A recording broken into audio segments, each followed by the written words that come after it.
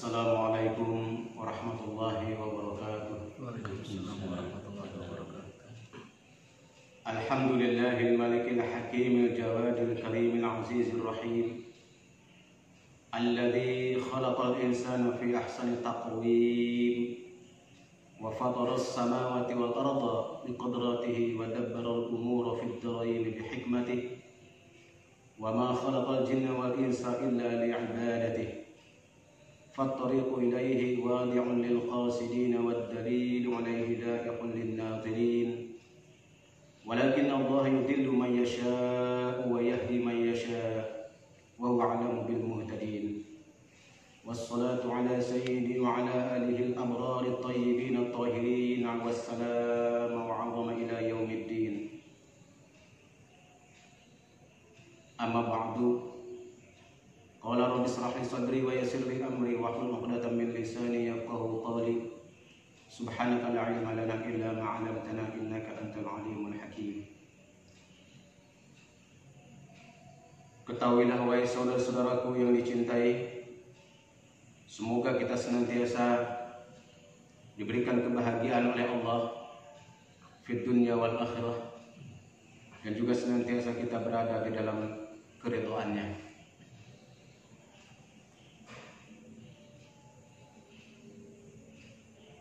Ketahuilah bahwa annal ibadata thamaratul ilmi, bahwa sesungguhnya ibadah itu merupakan buahnya ilmu.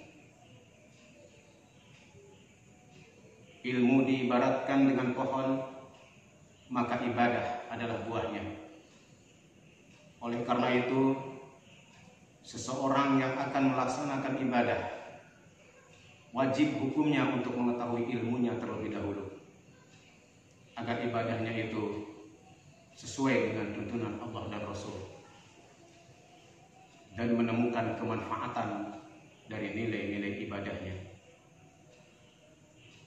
Saudara-saudara, banyak di antara kita yang melaksanakan ibadah tanpa ilmu, melaksanakan sholat tanpa ilmu, melaksanakan haji tanpa ilmu, melaksanakan puasa tanpa ilmu, zakat tanpa ilmu, dan sebagainya.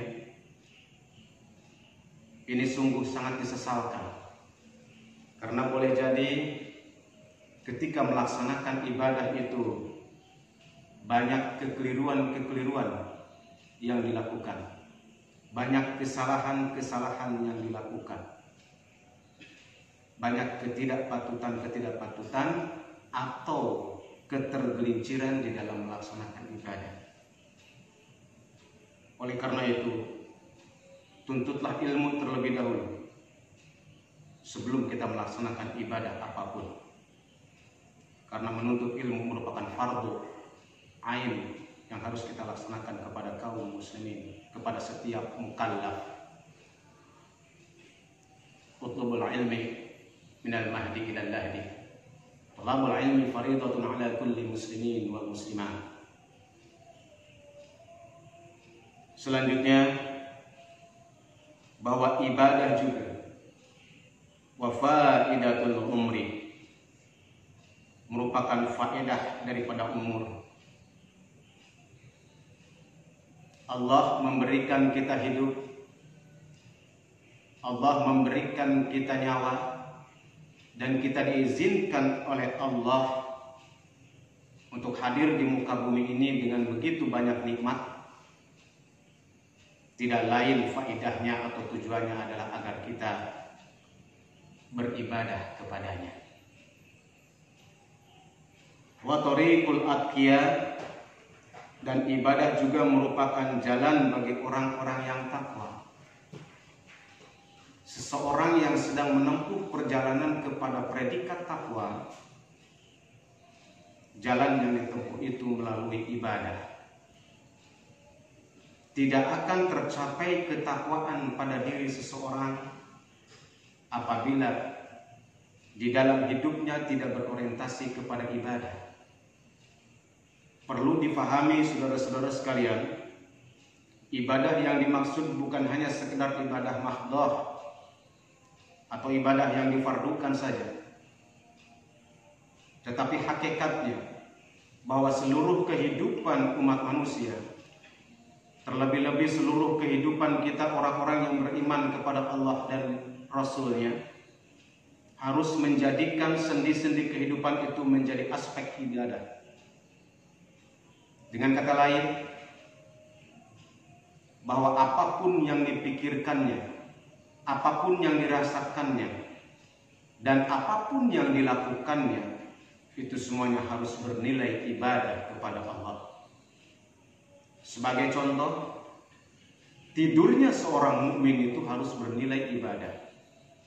Makannya harus bernilai ibadah. Bekerjanya harus bernilai ibadah. Berusahanya, berdagangnya, bahkan pergaulan sehari-harinya pun harus bernilai ibadah kepada Allah Subhanahu wa taala. Maka dengan demikian, umur yang diberikan kepadanya akan berfaedah. Sebaliknya, apabila orang di dalam kehidupannya tidak diisi dengan nilai-nilai ibadah, seberapa lama pun dia hidup di alam dunia, maka umur yang diberikan oleh Allah itu dianggap tidak berfaedah sama sekali atau tidak bermanfaat.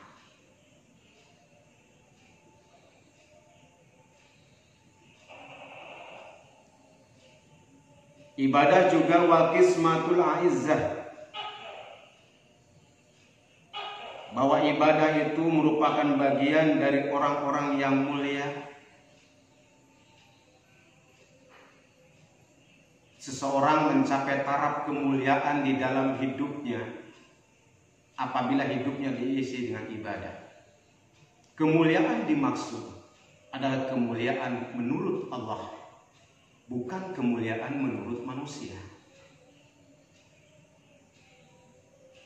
Oleh karena itu, ibadah ini menjadi tolok ukur atau menjadi standar bagi kaum muslimin wal muslimat untuk mencapai kemuliaan di sisi Allah. Berbicaranya penuh dengan nilai ibadah, cara berpikirnya penuh dengan nilai ibadah, bahkan setiap langkah kakinya kemanapun tidak lain niatnya adalah untuk ibadah kepada Allah. Wa maqsidu dzawil himmah, dan ibadah juga tempat yang dimaksud oleh orang-orang yang mempunyai cita-cita luhur. Setiap kita pasti punya cita-cita di dalam hidupnya. Hanya yang menjadi persoalan, cita-cita seperti apa yang diinginkan oleh kita. Pasti di antara kita dan banyak lagi di antara orang-orang lain beragam cita-cita dalam hidupnya.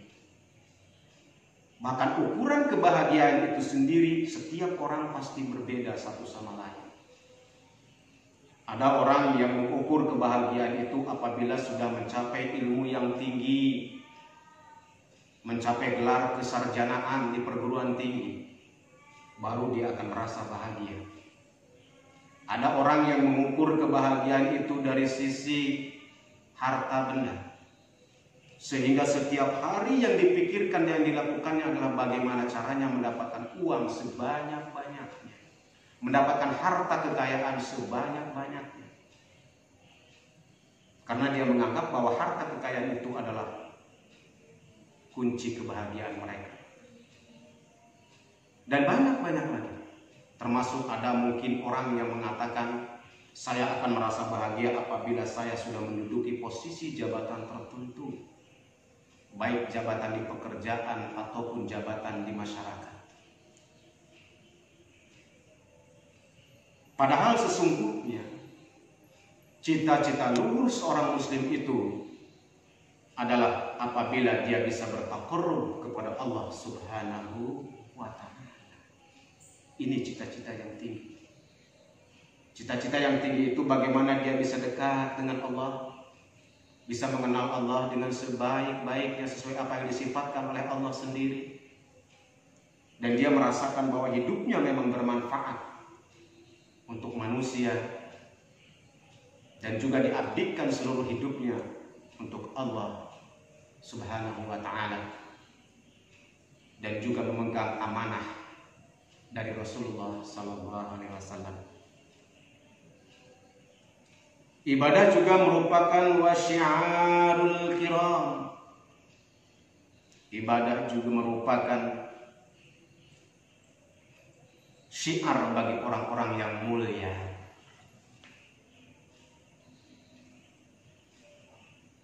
Dia tidak berhenti di dalam hidupnya untuk mensyiarkan dinul Islam. Dia tidak hanya memikirkan kebutuhan dirinya, dia tidak hanya memikirkan persoalan dirinya sendiri dan keluarganya, tetapi orang-orang yang mulia ini senantiasa berpikir bagaimana agar syiar Islam ini, dinul Islam ini bisa sampai di tengah-tengah manusia. Ini adalah tugas syiar dan tugas dakwah bagi orang-orang yang mulia. Saudara-saudara yang dikasihi sekalian, banyak sekali di sini nilai-nilai ibadah itu, termasuk diantaranya wahirfatur rijal, bahwa ibadah itu merupakan pekerjaan bagi seorang laki-laki. Ini menunjukkan bagi seorang laki-laki di dalam hidupnya, karena dia juga merupakan penanggung jawab di dalam kehidupannya. Dia sebagai khalifah dan dia juga sebagai pemimpin, baik dalam dirinya, di dalam rumah tangganya, terlebih-lebih di dalam masyarakat, berbangsa dan bernegara. Maka seorang laki-laki akan menjadikan ibadah ini adalah perilakunya. Wakhtiyar ulil absar, dan juga ibadah ini merupakan pilihan bagi orang-orang yang memiliki mata hati atau mata batin. Pilihan. Orang-orang yang memiliki basirah atau ketajaman mata batin akan menjadikan ibadah ini sebagai pilihan di dalam hidupnya. Pilihan yang niscaya, pilihan yang sangat indah, pilihan yang sangat mulia. Karena sebagai bentuk rasa syukur kepada Allah Subhanahu wa ta'ala, bahwa dia dihidupkan ke alam dunia ini, bahwa dia diberi rezeki oleh Allah yang begitu banyak dan tidak terhitung. Jangan coba-coba untuk menghitung nikmatnya Allah, karena bagaimanapun kita tidak akan bisa menghitung besarnya nikmat Allah kepada kita. Nah, untuk mewujudkan rasa syukur itu kepada Allah, dia jadikan ibadah itu pilihan di dalam hidupnya. Wahiyya sabilus sa'adah, dan ibadah juga merupakan jalan menuju kebahagiaan. Nah, di sini terjawab sudah. Dari orientasi berpikir kebanyakan manusia bahwa kebahagiaan itu karena harta, karena kekayaan, karena jabatan, karena pengaruh.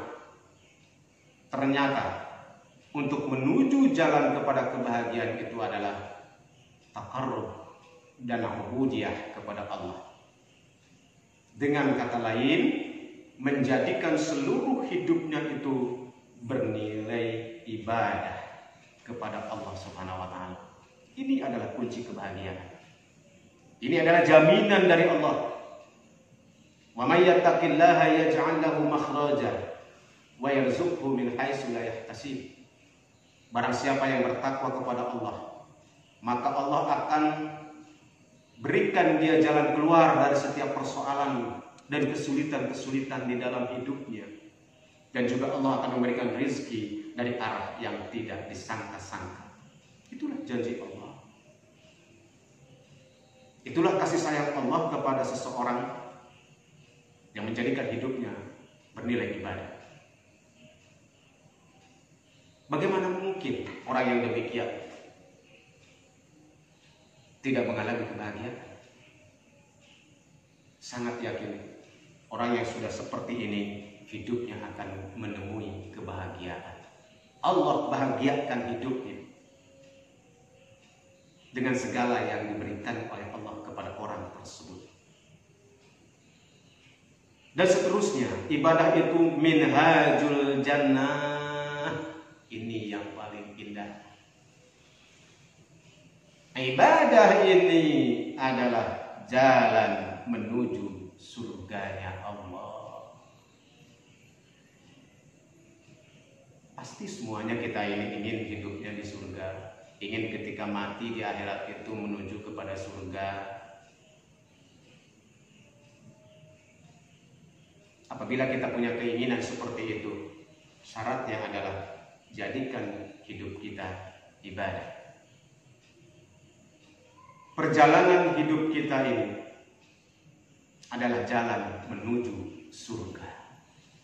Karena kampung kita bukan kampung yang sekarang di dunia, tetapi kampung kita sejatinya adalah kampung akhirat.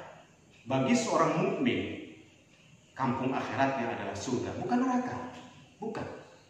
Allah tidak menyediakan neraka bagi orang-orang mukmin, tidak. Allah sudah menyediakan surganya Allah. Jannatun Na'im.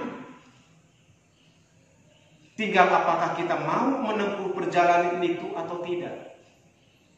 Apakah kita mau untuk menempuh perjalanan menuju tempat istirahat yang disediakan oleh Allah dengan banyak kenikmatan itu atau tidak. Semuanya kembali kepada pilihan kita. Allah memberikan pilihan kepada kita. Silahkan mau pilih jalan yang mana. Jalan menuju surga ataukah jalan menuju kepada neraka. Pilihan terletak ada di tangan kita. Tetapi Allah sudah menyediakan tempat yang indah bagi orang-orang yang mau, orang-orang yang beriman kepada Allah dan hari akhir, yaitu tempat kesudahan yang indah dan damai di surga Jannatun Na'im. Allah sudah berfirman di dalam Al-Quran, wa ana rabbukum, dan aku ini adalah Tuhan kalian. Allah mengistiharkan di sini, mengumumkan kepada kita semua, bahkan kepada seluruh umat manusia. Ana rabbukum, kata Allah, aku adalah Tuhan kalian. Fa'buduni, maka beribadahlah kepadaku, kata Allah. Ini pengumuman yang disampaikan oleh Allah kepada kita. Tinggal mau tidak kita menyambut pengumuman ini, memperhatikan tidak terhadap pengumuman yang disampaikan oleh Allah ini. Itu kembali lagi kepada kita. Allah menyatakan di sini, tugas kita adalah ibadah kepada-Nya. Di dalam ayat lain Allah berfirman, wa qala ta'ala, inna hadza kana lakum jazaan wa kana sa'yukum mashkura. Sesungguhnya surga itu menjadi bukti bagi kalian sebagai balasan. Wa kana sa'yukum mashkura, dan juga menjadi bukti bahwa amalia perbuatan kalian itu diterima oleh Allah Subhanahu wa Ta'ala. Jadi surga itu merupakan pemberian Allah dan menunjukkan bahwa amaliyah kita, ibadah kita, perbuatan kita selama hidup dalam dunia itu diterima oleh Allah. Karena Allah itu asy-syakur, zat asy-syakur, zat yang maha bersyukur. Zat yang maha bersyukur ini berarti Allah itu menerima setiap perbuatan-perbuatan yang diniatkan kepadanya, sehingga Allah hadiahkan surga itu kepada orang-orang tadi. Jadi saudara-saudara sekalian, seseorang masuk surga itu pemberian dari Allah, bukan semata-mata hasil ibadahnya. Karena surga itu tidak akan bisa ditebus dengan seluruh ibadah dan amalia kita, walaupun ibadah dan amalia kita dilakukan seumur hidup kita. Saudara-saudaraku yang dicintai, ya semoga dirahmati oleh Allah Subhanahu wa taala. Berkaitan dengan perjalanan menuju ibadah ini, kita tahu setiap orang terkadang memiliki orientasi, niat, dan tujuan yang berbeda di dalam praktek dan kenyataannya. Bahkan ada kalanya seseorang itu tergelincir niatnya di dalam pelaksanaan ibadah. Seseorang juga terpeleset atau tersesat tujuan ibadahnya. Tidak jarang ini terjadi. Zikir, niat zikirnya, niat sholatnya, niat zakatnya, niat puasanya, niat hajinya boleh jadi bukan karena Allah. Dan tujuan daripada ibadah-ibadah tadi juga boleh jadi bukan karena Allah, tetapi karena sesuatu. Lebih tepatnya karena selain Allah. Oleh karena itu, di dalam makalah kesempatan ini kita akan melakukan sebuah perjalanan untuk menjemput ridha Allah. Bagaimana perjalanan itu yang harus kita lakukan? Marilah saudara-saudaraku yang dicintai, kita lakukan perjalanan ini dengan sabar dan tawakal kepada Allah. Faidahi, maka sesungguhnya ibadah itu thariqun waqrun. Ibadah itu jalan yang rumit. Ibadah ini jalan yang rumit, saudara-saudara. Jalan yang rumit. Wasabilun sa'bun, dan juga jalan yang susah. Ibarat kita akan menempuh perjalanan ke suatu tempat yang dimana kita tidak tahu bagaimana kondisi tempat itu. Katakanlah kita akan berjalan ke suatu hutan belantara, sementara kita tidak tahu di hutan belantara itu ada apa. Perjalanan menuju hutan belantara ini bukan perjalanan yang mudah, apalagi dengan penuh pendakian dan gunung tebing-tebing yang terjal-terjal. Di dalam makalah ini dikatakan bahwa perjalanan menuju ibadah itu, perjalanan ibadah itu adalah perjalanan yang rumit dan sulit. Inilah perlunya ilmu, saudara-saudara. Insya Allah dengan ilmu Allah mudahkan perjalanan yang sulit dan rumit tadi. Karena dengan ilmu kita akan mengetahui situasi di hutan belantara itu. Dengan ilmu kita akan mengetahui apa-apa saja yang terdapat di tengah hutan belantara itu. Dengan ilmu kita akan mengetahui bahwa di hutan belantara itu ada pohon besar, di hutan belantara itu ada binatang buas, di hutan belantara itu ada lembah yang curam, ada jurang, dan sebagainya dan sebagainya. Ini hanya dapat diketahui dengan ilmu. Oleh karena itu tadi dikatakan ilmu ini menjadi pokok dan penting di dalam pelaksanaan ibadah. Baik ibadah mahdoh maupun ghairu mahdoh. Tadi sudah dikatakan bahwa seluruh kehidupan orang mukmin ini bernilai ibadah. Kasiratul aqabah. Di dalam perjalanan ibadah itu juga banyak pendakian, banyak tanjakan, banyak jalan-jalan yang mendaki, yang rumit, yang terjal. Mendaki.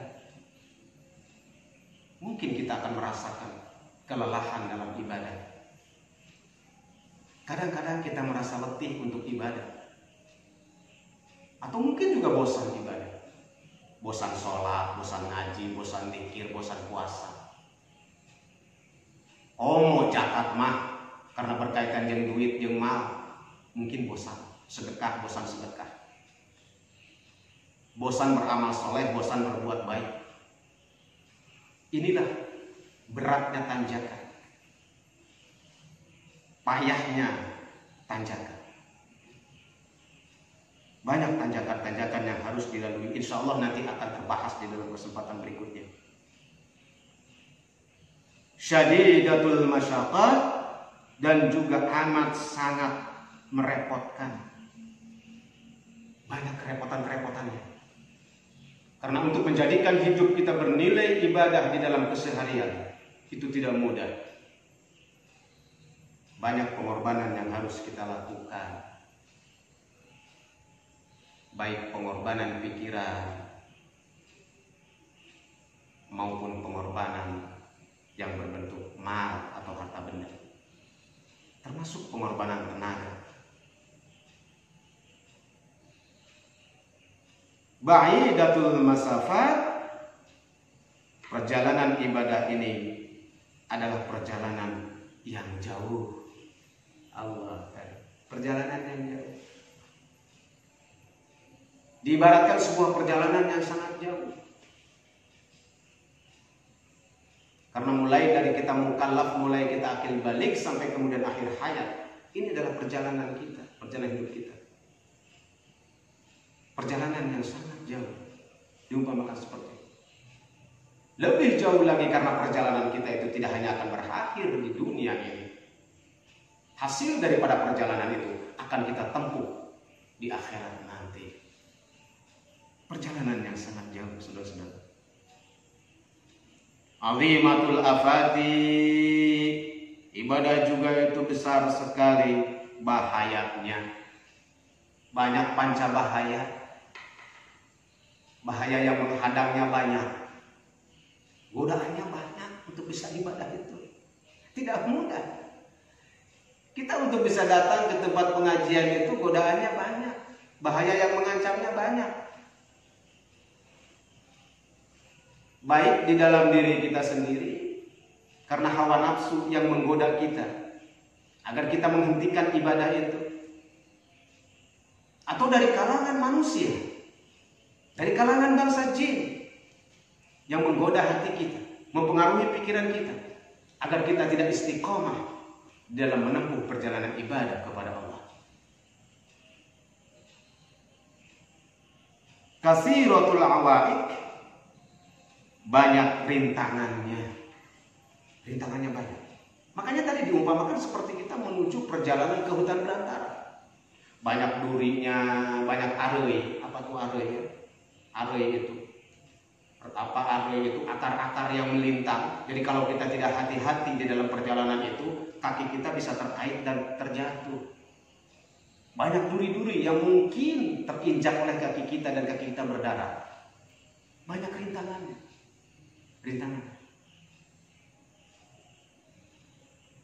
Nah ini yang perlu kita ketahui agar kita mampu melewati itu semua. Tidak mudah berputus asa, tidak mudah menyerah ketika menghadapi rintangan-rintangan itu. Inilah perlunya ilmu.